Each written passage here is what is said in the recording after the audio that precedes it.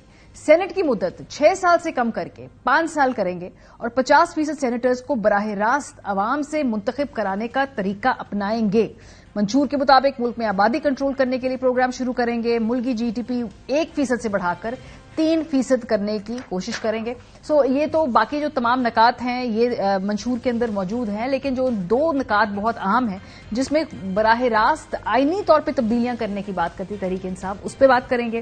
اس کے علاوہ cipher case کے اندر کیوں تحریک انصاف بار بار ڈیلے کر رہی ہے اور پیش نہیں ہوتے ان کے وکیل کے، پھر عدالت کو خود وکیل پرووائڈ کرنے پڑتے ہیں، یہ سوال بھی کریں گے. پھر تحریک انصاف کی جو کیمپیننگ کے حوالے سے بات بھی کریں گے. ہمارے ساتھ سردار لطیف کھوسہ صاحب، سابق گورنر پنجاب ہے، اس وقت کینڈیڈیٹ ہے پاکستان تحریک انصاف کے. شکریہ کھوسہ صاحب ہمیں جوائن کرنے کے لیے. ذرا کوئکلی پہلے میرے خیال ہے آئینی معاملات پہ آ جائیں، پھر آگے وہ عدالتی اور پھر جو آپ کی کیمپیننگ کے معاملات ہیں. یہ جو آپ نے اپنے منشور کے اندر کہا ہے کہ آئندہ وزیر اعظم کا انتخاب ممبران قومی اسمبلی نہیں براہ راست عوام کی مرضی سے منتخب کرانے کے لیے جو آئینی ترمیم لا رہے ہیں، پہلی بات تو یہ کہ اس کے لیے آپ کو 2/3 چاہیے ہوگی، 2/3 میجورٹی، یا پھر آپ کو باقی جماعتوں کو کنونس کرنا ہوگا. لیکن یہ کیا تجویز ہے؟ کیا یہ ایک سیمی پریزیڈینشل یا یہ کوئی نیا یہ کہاں سے آ رہی ہے اور یہ امپلیمنٹیبل ہے بھی؟ دیکھیں بالکل یہ آپ نے دیکھا ہے سابقہ جو ہمارے ریسنٹ پاسٹ میں 2-3 سالوں میں جو کچھ ہوا ہے، کس انداز سے عدم اعتماد کیا گیا، کس انداز سے جو ہے کولیشن گورنمنٹس بنائی گئیں، کس انداز سے کولیشن پارٹنرز نے چھوڑ کے جانا جو ہے وہ یا جو بھی ڈیپوٹیشن پر تھے یا جہاں بھی تھے وہ اپنا پیرنٹ ڈپارٹمنٹ میں چلے گئے، اور کس انداز سے لوٹا کرسی کو جنم دیا، کس انداز سے جو ہے یہ خرید و فروخت کا سلسلہ جو ہے یہ بھی الزامات لگتے رہے. تو میرے خیال میں بیسٹ اس کا طریقہ بالکل یہی ہے کہ براہ راست وزیر اعظم کا الیکشن ہو جس میں یہ تمام قباحتیں جو ہے دور ہو جائیں گی. نہ تو یہ الیکٹیبل یا ایم این ایز کے جو ہے ہاتھ میں رہے گا، بلکہ یہ 25 کروڑ عوام کے ہاتھ میں چلا جائے گا، یعنی 12.5 یا 13 کروڑ جو بھی ووٹرز ہیں ان کے دسترس میں چلا جائے گا، بلکہ پاپولر ترین جو شخص ہے وہ وزیر اعظم بنے گا. اور جو لیجسلیچر ہے اس کا کام قانون سازی ہی تک جو ہے محدود رہے گا، اور قانون سازی ہی ہونا چاہیے یا پالیسی سازی جو ہے بنائی جائے اور پرائم منسٹر کو وہ گائیڈ کر سکیں، اور پرائم منسٹر کا افیکٹولی جو ہے ایک ادارہ ہونا چاہیے. ویسے بھی آپ کو تو علم ہے کہ لیڈر آف دی پارٹی جو ہے وہ اسی کی جاذبیت جو ہے وہ کسی پارٹی کو جو ہے ووٹ دلاتی ہے اور سیٹیں دلاتی ہے.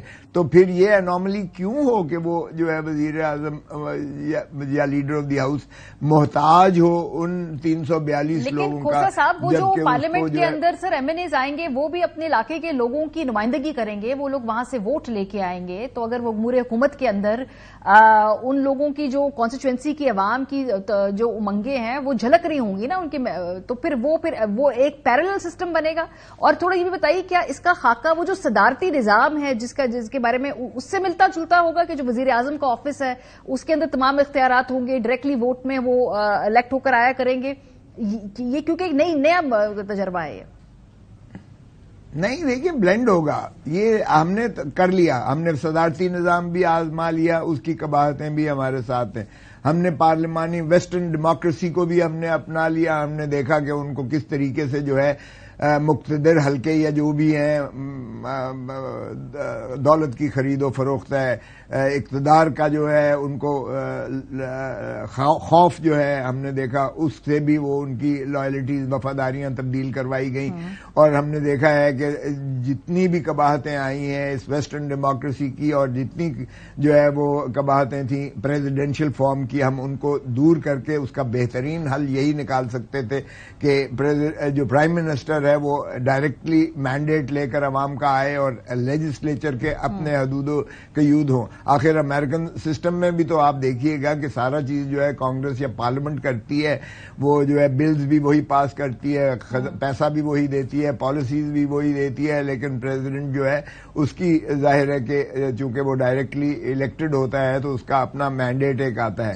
مگر یہاں ہم اس سے بھی ہٹ کے کر رہے ہیں, اس کو بلینڈ کر رہے ہیں, ہم پرائم منسٹر کے آفس کو مضبوط کر رہے ہیں اور پرائم منسٹر براہ راست عوام کا جو ہے منتخب نمائندہ بن کے آئے. اور اس کے بعد ایک دفعہ عوام نے سر ان کو اگر الیکٹ کر لیا, ٹھیک ہے, اس کے بعد جو باقی ابھی ہماری موجودہ پارلیمانی ڈیموکریسی ہے اس کے اندر اگر وزیر اعظم سے لوگ ناخوش ہوں, وہ سیاسی طور پہ اگر مینج کرے معاملات, تو وہ ان ہاؤس چینج بھی لایا جاتا ہے. اگر آپ کے طریقہ کار سے ایک وزیر اعظم آئے گا تو پھر تو وہ رہے گا 4 سال یا جتنی بھی اس کی مدت ہے, اس پہ بھی آتے ہیں, اس کو تبدیل کرنے کا کوئی راستہ نہیں ہوگا. اگر پرفارمنس ٹھیک نہیں ہے تو نہیں تبدیل کر سکتے. اب الیکشن کا انتظار کریں اور اس کے بعد وہ ارے نہیں بابا, دیکھیں نا, اگر پرائم منسٹر اپنی پارلیمنٹ کو جو ہے ہم نوا نہیں کرتا ہے تو نہ بجٹ پاس ہوتا ہے, نہ بل پاس ہوتا ہے, نہ لا بن سکتا ہے. پرائم منسٹر سٹائفل ہو جاتا ہے.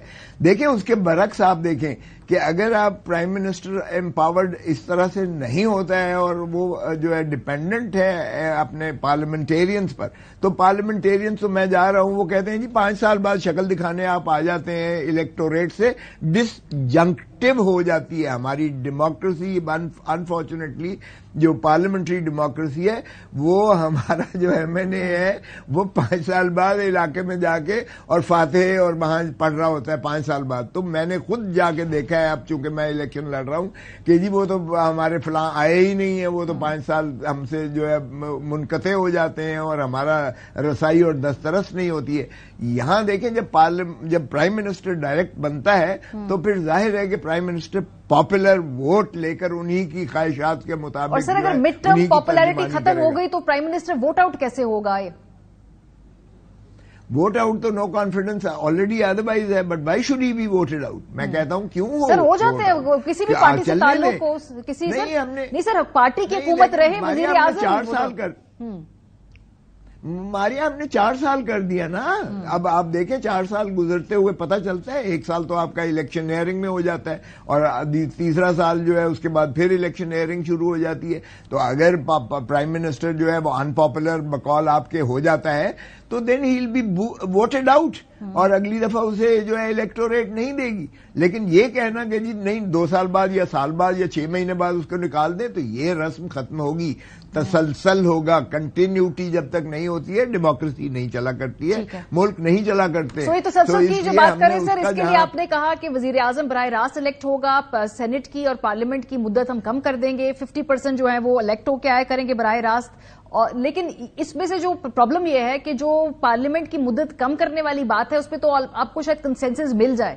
پیپلز پارٹی سمجھتی ہے کہ یہ ایک مناسب تجویز ہے, پی ایم ایل این کو بھی اگر کنسنسس سے کرنا ہو تو کیونکہ 2/3 چاہیے آپ کو, اس پہ تو لگتا ہے کہ وہ ممکن ہو پائے گا. لیکن 2/3 کے بغیر یہ جو نظام ہے وزیر اعظم کی ڈائریکٹ الیکشن کا یہ نہیں ہو پائے گا. تو یہ کنسنسس تو باقی جماعتوں کی یہ سوچ نہیں ہے, تو پھر یہ تو بڑا مشکل ہوگا امپلیمنٹ کرنا نا.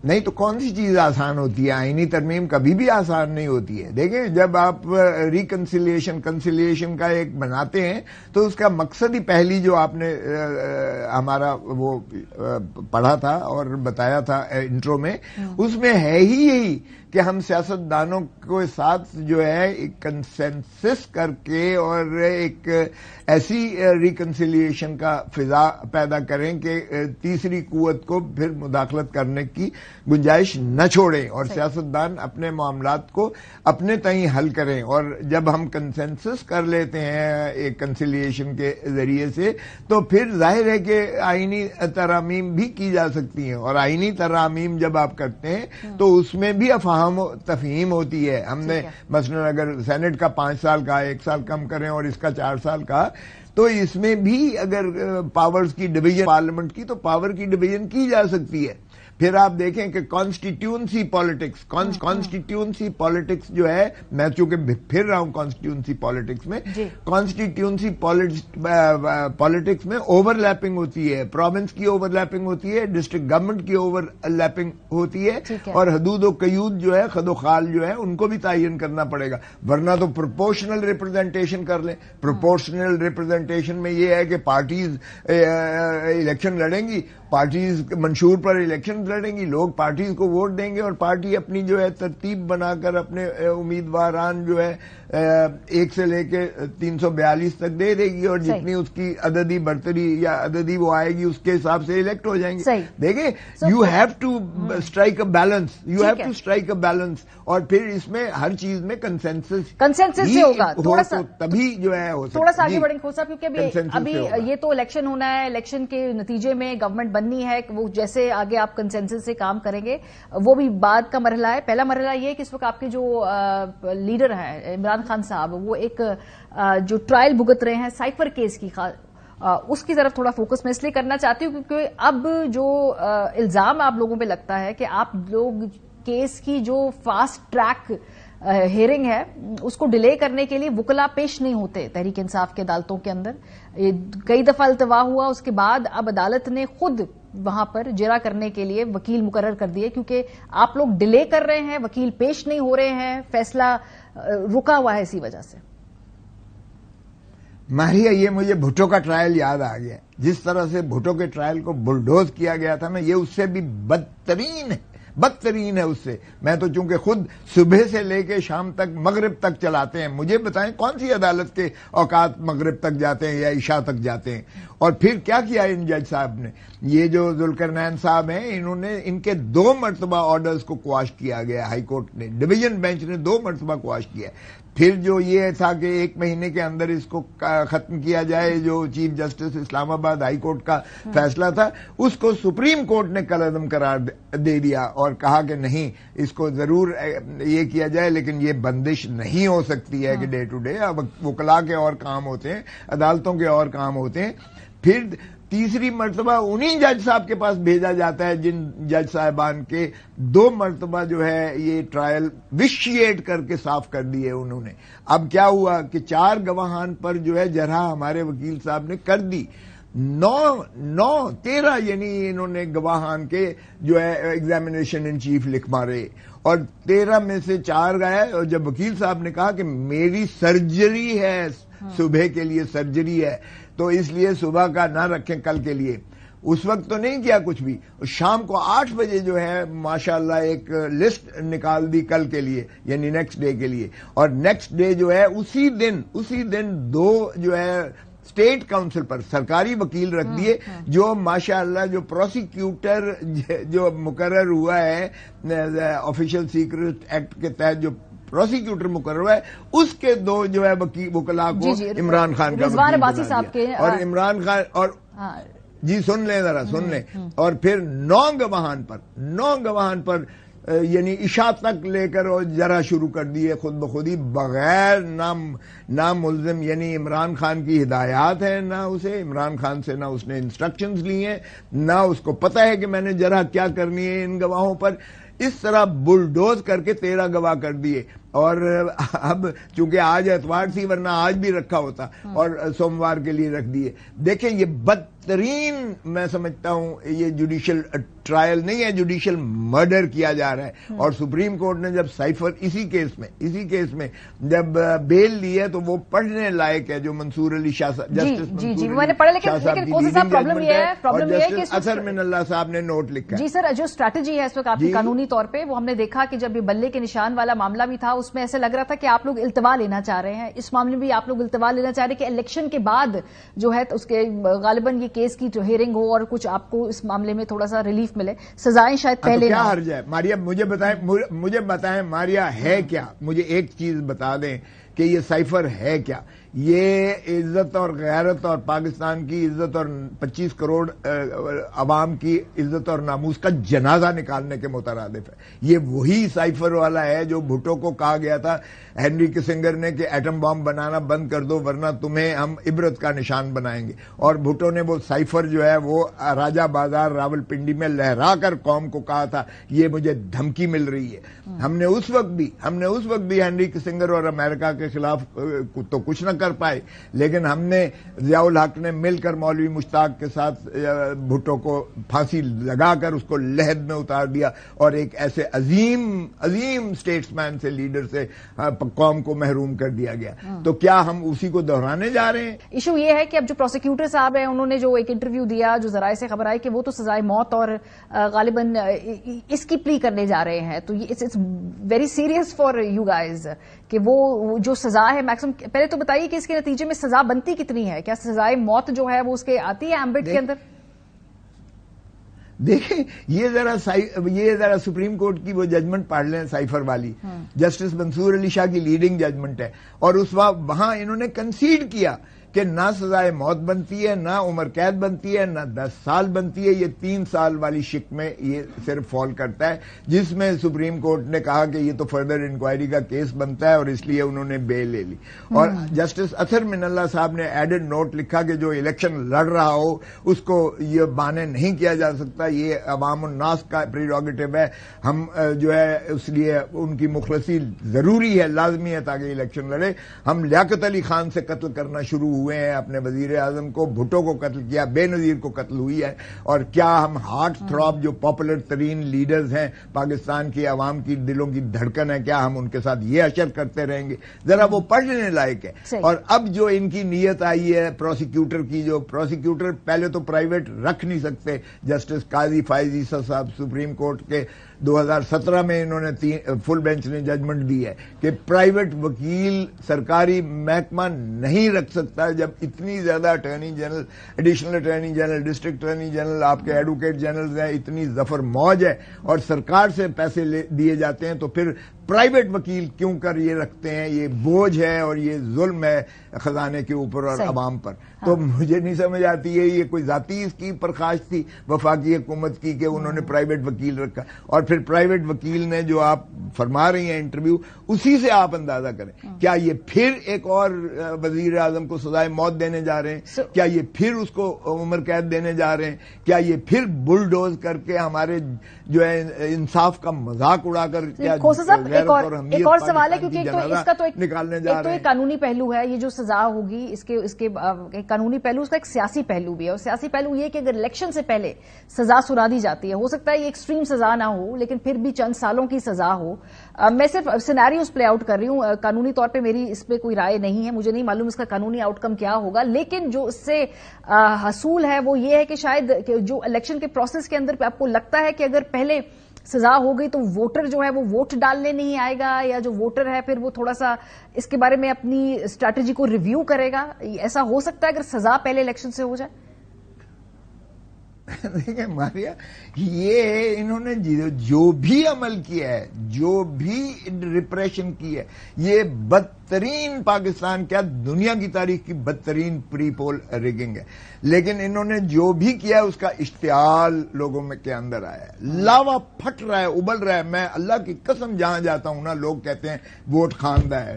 90% سے زیادہ وہ لوگ تپے بیٹھے ہیں اور وہ 8 فروری کا انتظار کر رہے ہیں. اگر یہ اس میں بھی سزا بلڈوز کر کے کرتے ہیں تو اس سے اور زیادہ لوگوں کے اندر اشتعال آئے گا. یہ غلط فہمی ہے کہ لوگ جو ہے وہ سمٹ جائیں گے اور جو ہے پولنگ پہ نہیں جائیں گے یا وہ ووٹ کرنے سے کترائیں گے, بلکہ نفرت جو ہے نا پی ڈی ایم کے خلاف, اور جو ماشاءاللہ یہ ذلِ سبحانی کو لا کر تاج پوشی کی جو ہے تیاریاں کی جا رہی ہیں اور یا 2 پارٹیز دکھائی جا رہی ہیں, ان کے خلاف اتنی نفرت ہے اور اتنی بڑھ جائے گی اس سے کہ ان کے پاس جو ہے کوئی سنبھالا نہیں جائے گا. بہت شکریہ.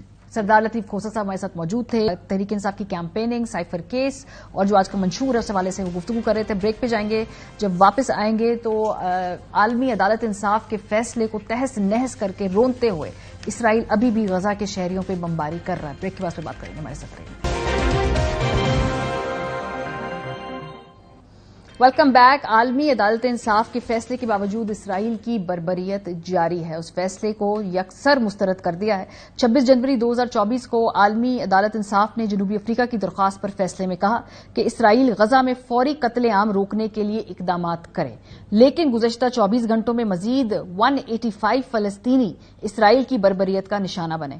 اسرائیلی حملوں میں شہید فلسطینیوں کی تعداد 26,453 سے تجاوز کر چکی ہے. اسرائیلی جارحیت سے ابھی تک 64,487 فلسطینی زخمی ہو چکے ہیں. اسرائیلی فوج نے 6 روز سے خان یونس کے العمل اسپتال کا محاصرہ بھی کر رکھا ہے. عالمی عدالت انصاف بھی فیصلہ دیتی ہے لیکن اس کو امپلیمنٹ دنیا میں کوئی نہیں کرا سکتا ہے. پروگرام کا وقت ختم ہو گیا. اپنا فیڈ بیک دینا مت بھولیے گا. خیال رکھیے. خدا حافظ.